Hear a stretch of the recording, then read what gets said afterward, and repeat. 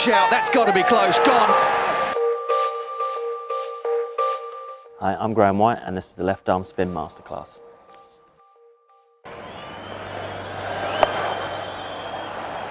Picks out the man in the deep, Stephen Crook.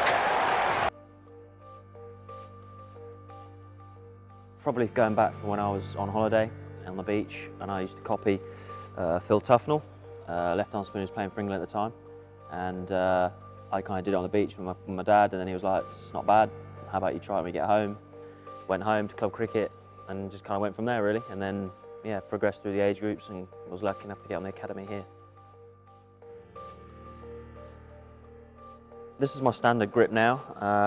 Has changed a bit over the years to try and get as much spin as possible, but that's pretty much the standard grip, trying to get as much of my index finger on that seam, so even sometimes I'll turn it around and try and make sure that I'm getting as much of that finger on the seam so that it will give me the optimum amount of spin. Doesn't really tend to change too much from that, only when I'm really going to bowl the arm ball. So as I run up, goes probably from being in that position to then I swap it where I get all the finger down. So there you can see it going straight down as my arm ball. And then from then on really, it's just a change of position on my wrist to bowl a different ball. If I want to bowl cutter, I put my wrist in the front of the ball to leave the ball behind so it cuts.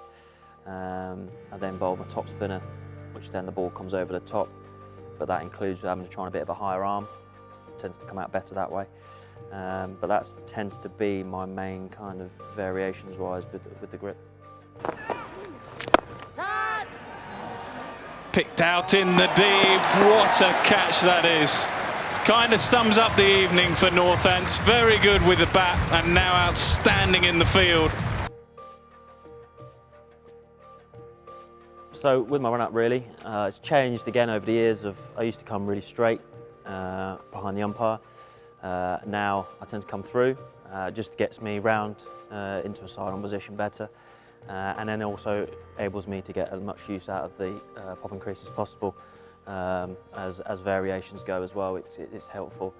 But the main tips for it when you're bowling is to start off steady and then build up so that you've got enough energy and momentum at the crease to follow through and get down the wicket. So as we've been talking about run up, get to the crease, we want to build up that gradual momentum so that when we get into this delivery stride, we're making sure that we're landing with our feet, as they always say, heel to toe, as they say, with our feet.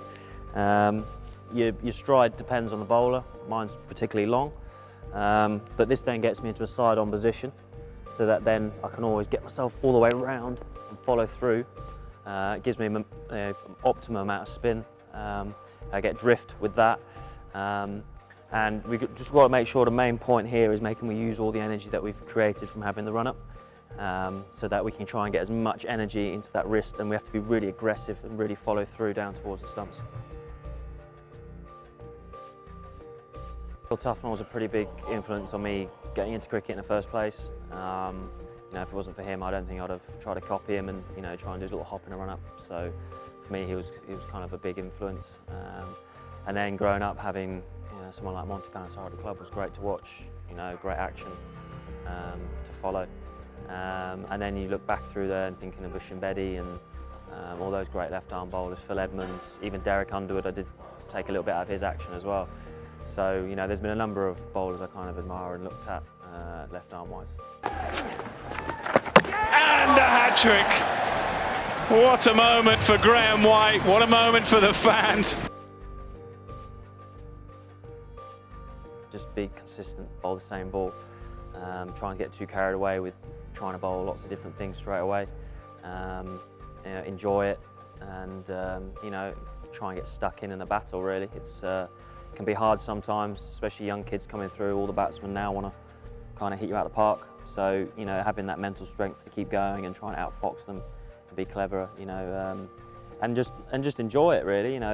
If you're good at it and you want to give it a go, then never lose that. You should always have that inside you.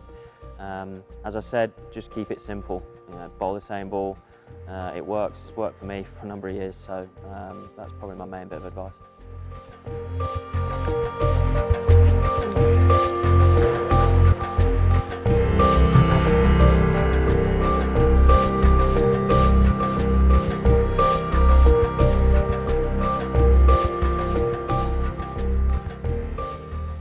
Yes, mate. Hang on. No, you go. I'm on camera, but go.